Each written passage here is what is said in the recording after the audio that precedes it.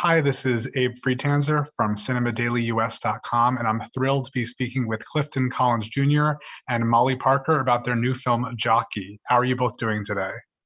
Fantastic. Great. Very good. I Great. It's great to be able to speak with both of you. I saw this film back at Sundance, so it's been a while, and it's nice to be able to come back to it and see that it's getting a release so other people will be able to see it now.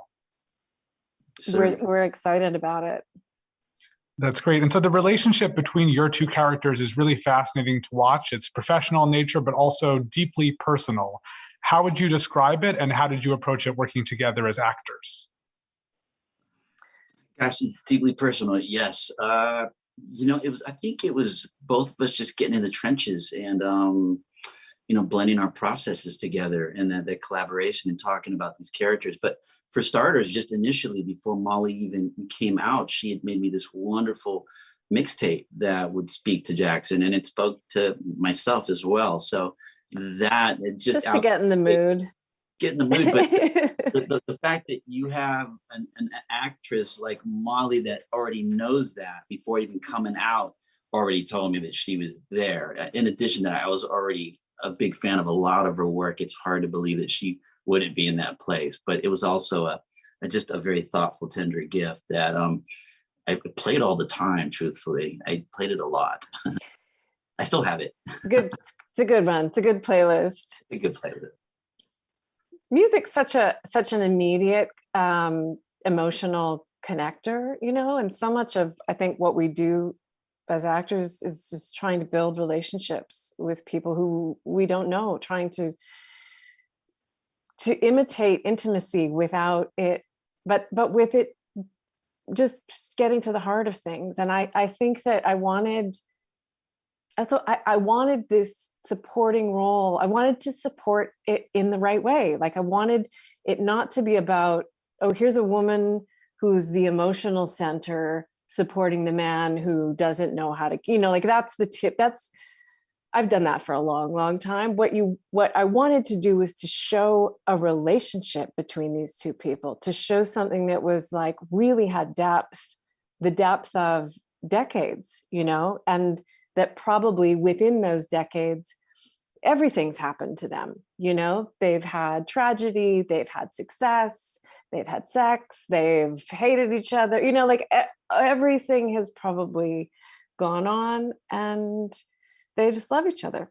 And speaking to Molly's intuition as an actress, every single one of those songs spoke to both myself and Jackson. So right then and there, I knew like, ooh, there wasn't an off note in that mixtape.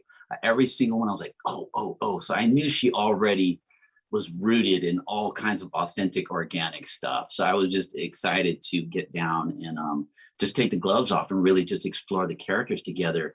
On and off set, especially offset, because that's where you do, I think, a vast majority of your exploration that allows for more of an effortless improvisation when those times arrive. Yeah. Like, so Clifton, didn't eat very much when we were making this movie because he was sort of living the life of a jockey and trying to lose weight, I think. And he would come to like lunch and just sit there and watch you eat and go like, oh, I might have an almond later. Oh, so there's a scene in the movie where I'm like stuffing my face and he comes and sits down, and like that's something that just, so that just comes, that wasn't written, that comes out of Hunger pains. I mean, the scene was written, but not the eating. So, you just try to keep like layering that stuff in, everything you can get your hands on. Yeah. What were you most surprised to learn about the world of trainers in your research? I got hooked up, or I went out a week early or 10 days early and hooked up with a trainer out in Phoenix, a woman named Stacy Campo, who's amazing. And I was just fascinated. It's not a world that I know anything about. So she loves those horses, she calls them her babies, and they're also her business. So that's right away, those conflicts are interesting. Those are interesting dynamics to explore. those horses are, I don't know that I expected, those are horses that are really intense animals. They're bred to race. They're really high strung. There was no question that I was never getting on one of those horses. And she as a trainer never, ever would get on one of those horses, And yet there's this sort of tenderness to them that was really kind of palpable and healing. And what do you think, Cliff? I would agree with you. And I loved watching you and Stacy work together because she was such an open book, and you were so quick to absorb so much of it. It was just fun every time you'd spend time with her, because I knew you were coming back with these delicious gems that might be able to be interwoven into these storylines and our different themes and arcs. So it was always fun to like, I was with Stacy this morning, like, oh my God, what has she got now? Yeah. No, and it's really interesting. Oh, without a doubt, it's made it fun, a lot of fun, and real.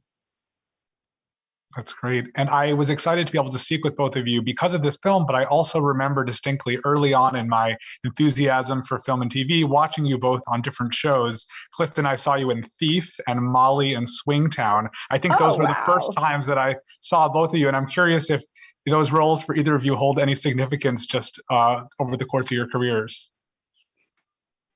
For me, definitely. Working with Andre Braugher was such a huge joy. And I spoke to him recently.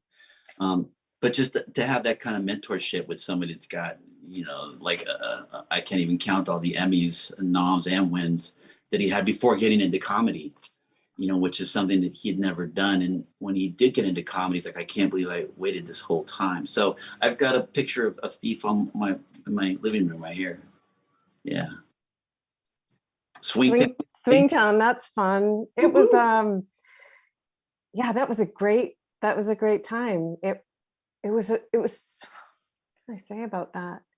It might have been my first sort of lead in a TV show. So it was the first time I really had that opportunity to kind of like, just be a leader and see what needed to be done beyond just the acting, but kind of like how you kind of set the tone, for the crew and for the rest of the actors, and try to make it the kind of experience that you want. And all those things just add up to being able to get to and do what we did, with very little crew and very little resources. But that experience gives you an ability to, it's the first time director. So Clifton and I were aware of that, and so you want to help, you want to support in the right way, and experience definitely lets you be able to do that. And that was part of the family, I think, environment, and it contributed to an honest, egoless collaboration. That's where all the love's at, man. Yeah. Man. Yeah. And the good work.